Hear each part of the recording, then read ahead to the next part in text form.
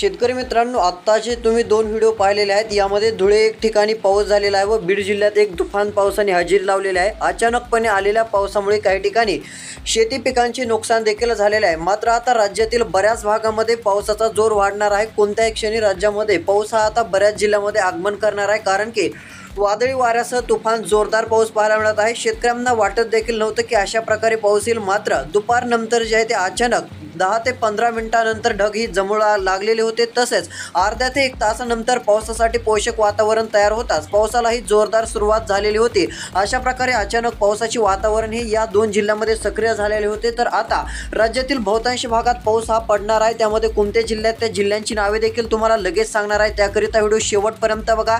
बऱ्याच जणांनी चॅनलला अजून सबस्क्राइब केलेले दिसत नाही, चॅनलला सबस्क्राइब करून नोटिफिकेशन बेलला ऑलवरती टाका। सबस्क्राइब करून तुमचा जिल्हा देखील कमेंटमध्ये सांगा। तुमच्या जिल्ह्याचा अंदाज रोजची रोज लवकरात लवकर आपण देत जाऊ। सध्या जर पाहायला गेलं तर आता लातूर, धाराशिवचा भाग असेल, या भागात देखील पाऊस हा वाढणार आहे। मध्यम ते जोरदार स्वरूपाच्या पावसाची हजेरी लागेल। तिसऱ्या क्रमांकाचा जिल्हा आहे तो म्हणजे सोलापूर, पंढरपूर तालुका देखील पाहायला मिळत आहे। जत, सांगली, विट्याचा भाग असेल, कळंब, बार्शी, तुळजापूरचा भाग असेल, या भागामध्ये देखील वादळी वाऱ्यासह जोरदार असं पावसाची हजेरी लागणार आहे। तसंच बीड जिल्ह्यामध्ये कशा प्रकारे पाऊस झालेला आहे अजून काही व्हिडिओच्या क्लिप तुम्हाला पुढे दाखवणार आहे। त्याकरिता व्हिडिओ फक्त शेवटपर्यंत पाहत चला। अजून पुढचे जिल्हे आहेत, यामध्ये लातूर आहे। लातूर जिल्ह्याचा जर विचार केला तर लातूर या ठिकाणी आपल्याला हलका ते मध्यम पाऊस पाहायला मिळेल। वादळी वाऱ्यासह विजांच्या कडकडाटासह पाऊस पाहायला मिळेल। यामध्ये सांगली, कोल्हापूर जिल्ह्यात वादळी वाऱ्यासह विजांच्या कडकडाटासह मध्यम ते जोरदार अशी पावसाची हजेरी लागणार आहे। तीव्रता देखील काही भागासाठी पावसाची